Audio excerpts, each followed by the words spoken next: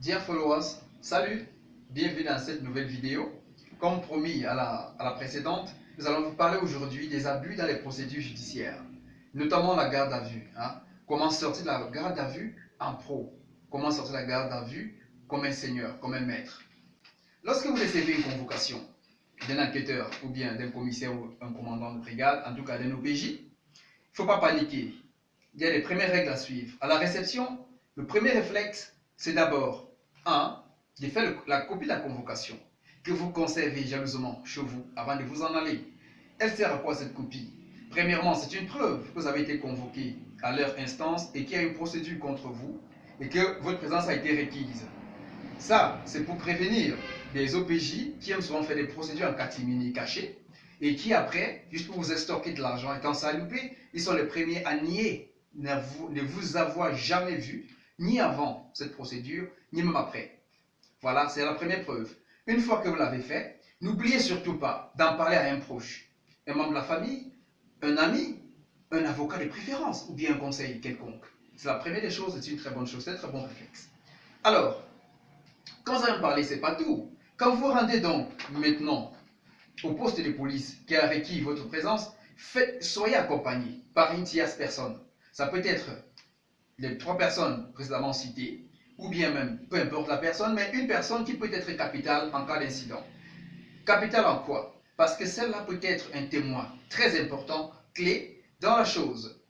Voilà pourquoi nous pensons qu'il est clair qu'une bonne préparation après la réception d'une convocation, ou même peut-être dès qu'on vous a notifié un malade à venir à votre endroit, le genre, on vous dit, salut monsieur tel, vous en êtes d'arrestation, veuillez nous suivre.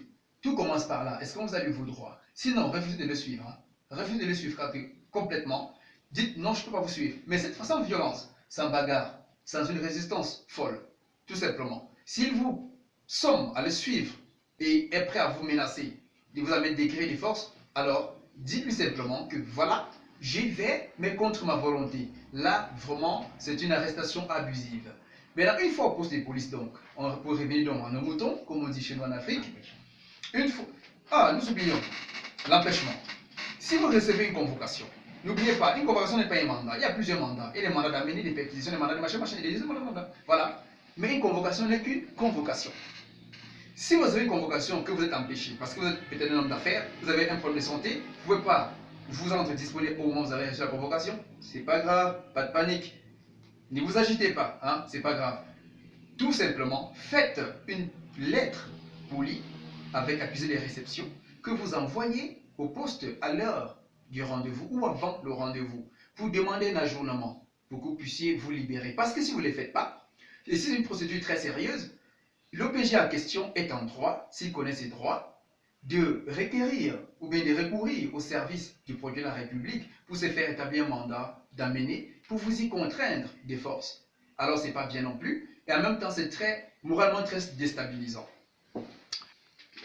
Après donc, que, supposons que vous êtes arrivé au poste de police. Cette fois-ci donc, vous avez reçu, vous êtes arrivé, le premier réflexe, c'est quoi?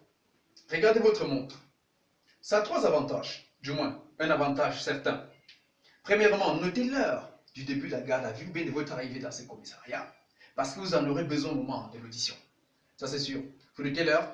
Le deuxième réflexe est de demander à votre enquêteur ou bien à l'OPJ que vous avez requis de vous notifier les charges retenues contre vous. N'attendez pas le moment de l'audition pour en savoir, pour nous demander cela, ou bien pour être aussi au courant, parce que sinon, c'est à ce moment-là que l'on construit des charges contre vous, et vous avez 80% des chances d'être en mauvaise position, très mal barré, hein, si vous permettez le terme. Maintenant, pendant l'audition, vous devez faire ressortir le caractère de vos droits fondamentaux. Il ne faut pas être un magicien pour le faire, il ne faut pas être forcément un avocat pour le faire, il ne faut pas être...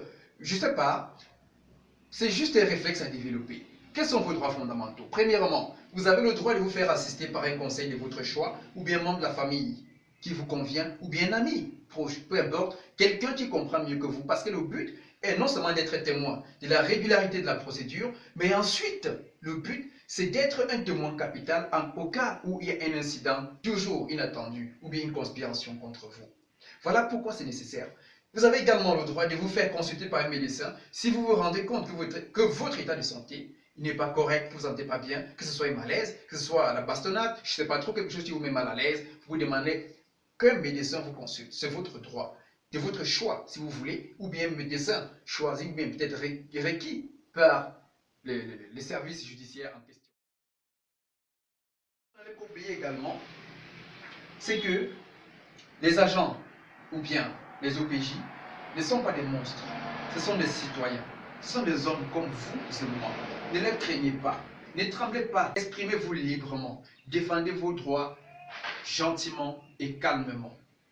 Trouvez toujours le bon ton, le bon timing, et pour ça, notre préparateur psychologique, c'est son affaire. Je suis sûr qu'il nous fera une vidéo dans les brefs délais pour vous montrer comment se préparer à une audition. Alors, comme nous disions tantôt, lorsque vous êtes gardé à vue, vous avez des droits fondamentaux que vous pouvez réclamer à chaque fois. Une consultation médicale si vous êtes mal à point, une visite d'un proche ou d'un conseil et un coup de fil. Il y en a tellement. Alors, dans tous les cas, soyez serein, revendiquez vos droits calmement, avec politesse, avec tact, avec respect, humilité et très grande courtoisie. Dans tous les cas, l'expérience a montré qu'un citoyen est toujours mieux traité lorsque l'agent ou l'officier de police judiciaire constate ou réalise qu'il maîtrise ses droits. Voilà pourquoi, quand vous avez l'assurance en vous, quand vous êtes calme, quand vous êtes tranquille, vous êtes précis et concis, et que vous savez ce que vous demandez, vous réclamez vos droits avec politesse, avec justesse, et surtout avec courtoisie et humilité, ils vous craigneront. Ils paniqueront même devant vous. Voilà, bonne chance, et j'espère que vous n'aurez jamais appliqué ces conseils. Je ne vous souhaite pas le mal dans la vie. Je prie de tout mon cœur que vous n'ayez jamais un problème qui a cette vidéo, mais au cas où vous en avez, nous sommes là. À la prochaine.